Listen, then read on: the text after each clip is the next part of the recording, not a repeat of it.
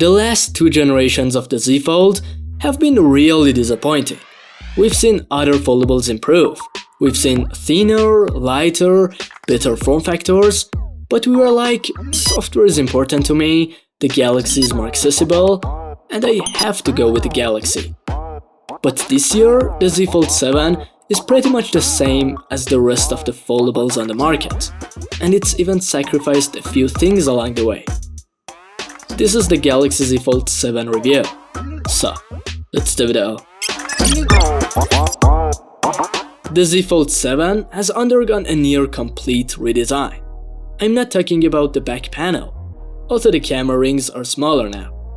The phone is a bit wider and much thinner than the previous generation, so that its thickness is about the same as the S25 Ultra, 8.9mm closed and only 4.2mm open. The better news is that it's even lighter than the S25 Ultra. In folded mode, the ratio has changed to 21:9 and it's not like a remote. The display bezels are symmetrical, there is no gap between the two parts of the phone, and it's completely usable like a 6.5 inches flagship. The hinges have changed. Samsung says they're more durable. As always, they feel great and fold in half at all angles. But when you open it, you get an 8-inch screen. That's the size of an iPad mini. It's really attractive, but it's also squarer than the previous generation, which is good for multitasking and having your hands reach everywhere on the screen, but many apps are still not compatible and you don't really enjoy the 8-inch screen when watching movies. There are two very strange things here. Firstly, the camera is no longer under the display, and even more strangely, it no longer supports the stylus.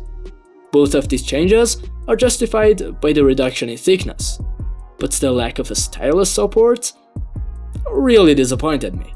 The front panel is Gorilla Glass Ceramic 2, the back panel is perfectly matte Victus 2, and the frame is Armor Aluminum. It still has the IP48 standard, completely waterproof and slightly dust resistant. But one thing that everyone seems to have forgotten is that the internal display is still protected by plastic layer that is extremely fingerprint absorbent, very difficult to clean, and permanently damaged by nails. The dent in the middle is also there and not smaller. The displays are almost the same as the previous generation. Dynamic AMOLED tweaks, Full HD external, 2K internal, HDR10+, 120Hz, everything about them is good. Accurate colors, high contrast, very good brightness, refresh rate goes down to 1 Hz, and overall there are no flaws. Expect maybe Dolby Vision. But the speakers. Now they don't produce very loud sound, and well, because of their thinness, the bass is weak. But they are still sharp and of good quality. The fingerprint sensor is also on the power button, which is fast, good. The battery is still 4400 mAh, which is not very impressive considering the lithium carbon monsters out there, but it's not terrible either.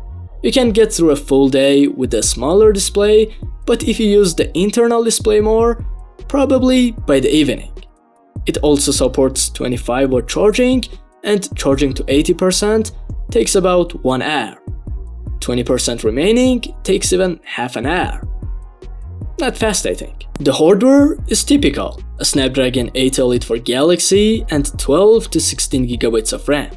As expected from everything $2,000, multitasking is excellent, games run smoothly, it flies around the UI, but it gets hot, and there is a lot of performance loss. It was expected, but is it a big problem? Not that much. This is the first phone to come with Android 16 and One UI 8. It is arguably the best UI right now, at least for foldables. The UI multitasking and taskbar are amazing. There is a lot of customization, everything is in its place, the AI capabilities are not only extremely numerous, but also practical and sometimes better in their own way. such as video and photo editing, Magic Eraser, Call Translate, and Gemini Live. One UI is really on God mode now. The main camera has made a big jump and now has the same 200 megapixel sensor as the S25 Ultra. The 12 megapixel ultra-wide lens and the 10 megapixel telephoto lens are the same as before. Except that the ultra-wide now has autofocus. The selfies are both the same 10 megapixels. The wide lens photos are exactly like the S25 Ultra.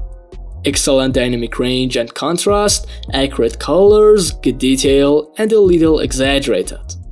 In the night mode, the photos have very good detail, wide dynamic range, and relatively accurate colors. But the sharpness is low. The portraits are really great. The face processing, subject separation, and especially the background blur are fantastic. The ultra-wide photos have a wide angle of view, low distortion, very well controlled noise, and good color and dynamic range. But when the light is low, the situation changes completely. The same issues are true for the 3x zoom. Now you can also take macro with the ultra-wide lens, which also has good results. I think I take selfies with the main camera, but it also has good selfies. The face processing is great, the detail is very good, but the dynamic range is average, and there is also noise in imperfect light. It seems that the color processing of the two selfies are a little different. I like the inner display selfie a little more.